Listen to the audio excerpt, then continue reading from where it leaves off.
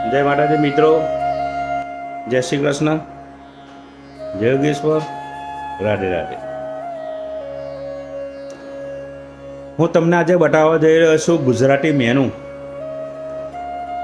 ગામડાની દ્રષ્ટિએ 100 માણસનું મેનુ આપીશ. તેની અંદર આઈટમ હશે દાળ ભાત અને રીંગણ બટાકાનું શાક, લાપસી, ખમણ અને પૂરી.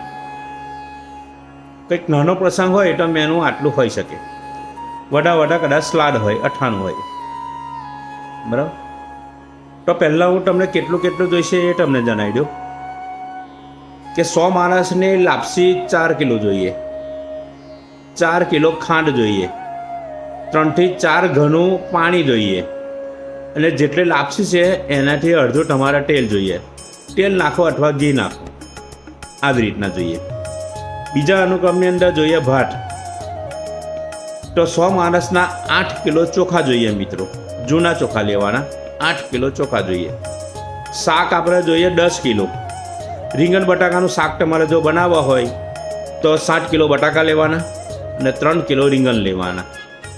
પૂરી બનાવવી હોય તો તમારે 5 કિલો લોટ પૂરીનો જોઈએ. હવે રહ્યું દાળ. દાળ તમારે બનાવવી હોય તો 3 કિલો 100 માણસની દાળ જોઈએ. વડા તમે કદાચ 3.5 કિલો લઈ શકો, બાકી મારા હિસાબથી 3 કિલો દાળ આવી રહે. બરાબર. આ થયું લાપસી, દાળ ભાત, શાક અને ખમણ અને પૂરીનું. જોયું. હવે લાપસી બનાવવાની રીત હું તમને જણાવું. આવડતી જશે બધા લોકોને, ના આવડતી એવું કંઈ નહીં, પણ ઘણા લોકોને નથી આવડતી, એના માટે છે. આવડતી હશે તેના માટે કંઈ વાંધો નહીં. પણ ખરેખર લાપસી અત્યાર સુધી હું ખાઉં છું ને, પણ ઘણા રાજસ્થાની રસોઈયા છે ને, ખરેખર લાપસીને અનુકૂળ મને નથી આવતી. એવું નથી કે મને જ આવડે લાપસી બનાવતા, એવું પાછા ના કહેતા કે તને જેટલી આવડે લાપસી બનાવતા, એવું નથી મિત્રો.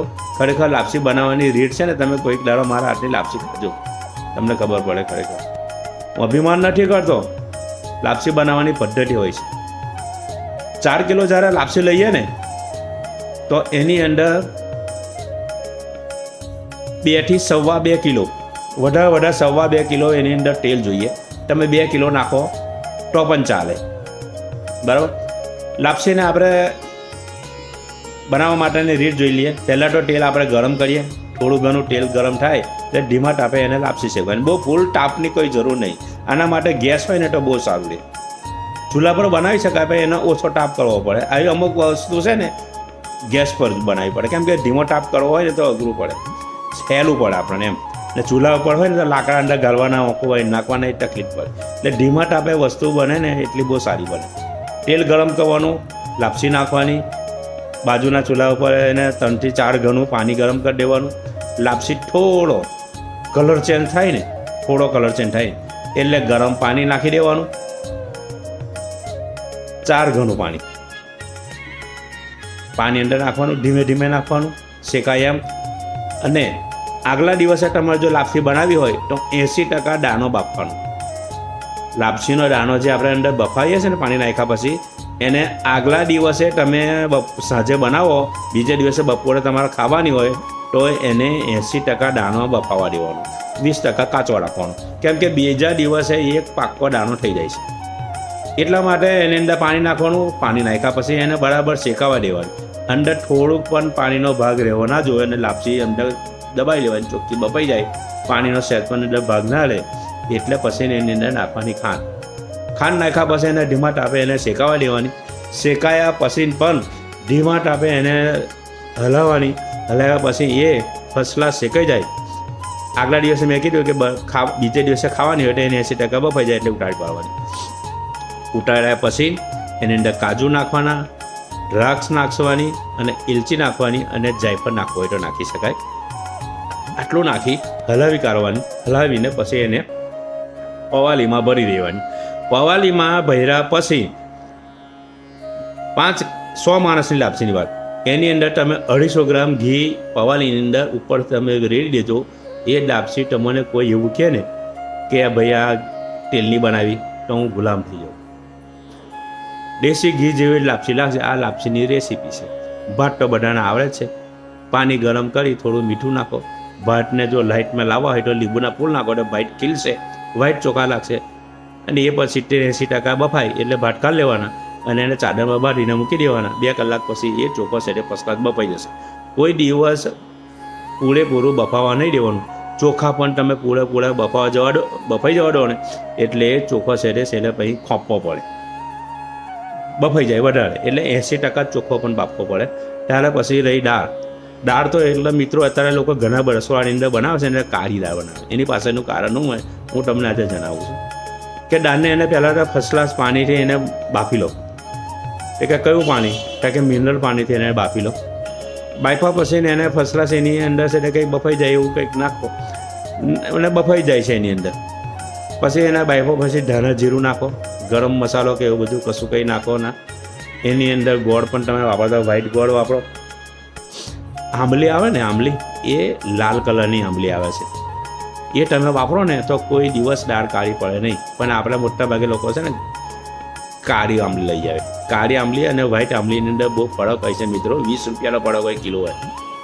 એટલે તમે લાલ આંબલી લાવો ને તો એ નાખવાથી કોઈ દિવસ દાળ કાળી પડતી નહીં. એટલે હળદર નાખવાની, મસાલાની અંદર કંઈ જવું નહીં. થોડું આદું લસણ નાખી દો, લસણ નાખવાની જરૂર નહીં, આદું મરચાં નાખી દો એટલે દાળ તમારે જોરદાર થઈ જાય. તમે 3 કિલો દાળ હોય ને તો એની અંદર 1.5 કિલો ગોળ નાખી દેવાનો. હંમેશા એક વસ્તુ યાદ રાખવાની કે જેટલી તમે દાળ નાખો છો ને એનો અડધો તમારે ગોળ નાખવાનો એટલે તમારી દાળ કમ્પ્લીટ થઈ જાય. 100 ગ્રામ જેવી આંબલી જોઈએ અંદર. બસ દાળની રેસીપી આવી રીતના છે. રીંગણ બટાકાનું શાક 100 માણસનું બનાવો એટલે 7 કિલો બટાકા લેવાના અને 3 કિલો રીંગણ લેવાના. બસ એની અંદર 1 થી 1.5 કિલો તેલ નાખો. ફર્સ્ટ ક્લાસ એને રાઈ અને જીરુંનો વઘાર મારો. આદું મરચાં લસણ જે કંઈક નાખવાનું એ નાખો. નાખ્યા પછી છે મસાલો એક બાજુ તૈયાર કરો. મરચું, હળદર, મીઠું અને અંદર થોડું પાણી નાખીને થોડું મરચું હળદરને પલાળી રાખો. પછી વઘારમાં થોડું પાણી નાખો અને પછી રીંગણ બટાકા નાખી દો. ધીમા તાપે શેકાવાનો મિત્રો, બહુ જોરદાર બનશે. ગરમ મસાલો જેટલો બને એટલો રસોડાની અંદર વાપરો નહીં તો આ શાકનો ઓરિજિનલ તમારો ટેસ્ટ આવશે. ગરમ મસાલા વાપરવો હોય તો તમે ઘરે બનાવો. ને ઘરે બનાવવા માટે હું પણ તમને રેસીપી આપીશ કેવી રીતના બનાવવાનું છે. બરાબર. હવે રહી પૂરી. પૂરી બનાવવા માટે તમારે 100 માણસની આપણે 5 કિલો લોટ લીધો. હવે એ લોટને એની અંદર 5 કિલો લોટની અંદર તમે ઓછામાં ઓછી 1.5 લીટર જેટલી તમે છાશ નાખો. અંદર છાશ નાખો, જીરું નાખો અને મીઠું નાખો અને લોટ બાંધો અને 2 કલાક લગીને ભીનું કપડું કરીને એને ઢોકી રાખો. 2 કલાક પછી એને પાછો લોટને બરાબર મસળી નાખો. પૂરી પછી બનાવો. એ પૂરી તમે ખાઓ. હું તમને ચેલેન્જ મારું કે તમારા ઘરે હું ભાજે ને તો પૈસા મારી પાસે લેજો. કોઈને ના ફાવતું હોય તો નહીં નાખવાની છાશ, પણ છાશ નાખશો ને એટલે પૂરીનો ટેસ્ટ અલગ થઈ જશે. ટેસ્ટ કરજો ઘરે પણ બનાવીએ તો. આ થયું મેન. દાળ વઘારવા માટે પણ ખાસ છે. દાળ વઘારો આજે ઘણી જગ્યાએ આપણે સૂકી મેથી નથી વાપરતા, વાપરે છે ઘણી જગ્યાએ. પણ શાકની અંદર છે ને દાળની અંદર વઘાર મારવા માટે સૂકી મેથીનો વઘાર મારવાનો અને લાલ મરચાં આ બેનો વઘાર ખાસ મારવાનો. એટલે એનાથી દાળ જબરજસ્ત બને છે મિત્રો. આ થયું 100 માણસનું દાળ ભાત શાક લાપસી અને ખમણ તો 6 કિલો ખમણ જોઈએ અને 500 ગ્રામ અંદર તેલ જોઈએ વઘારવા માટે. અને લગભગ 200 થી 300 ગ્રામ અંદર રાઈ નાખો તો વધારે ટેસ્ટ આવે. 500 ગ્રામ જેવા મરચાં અંદર કટિંગ કરી નાખી દો. ફર્સ્ટ ક્લાસ ખમણની અંદર ખાંડનું પાણી કરીને નાખી દેવો એટલે એ ગળે ના બાજે.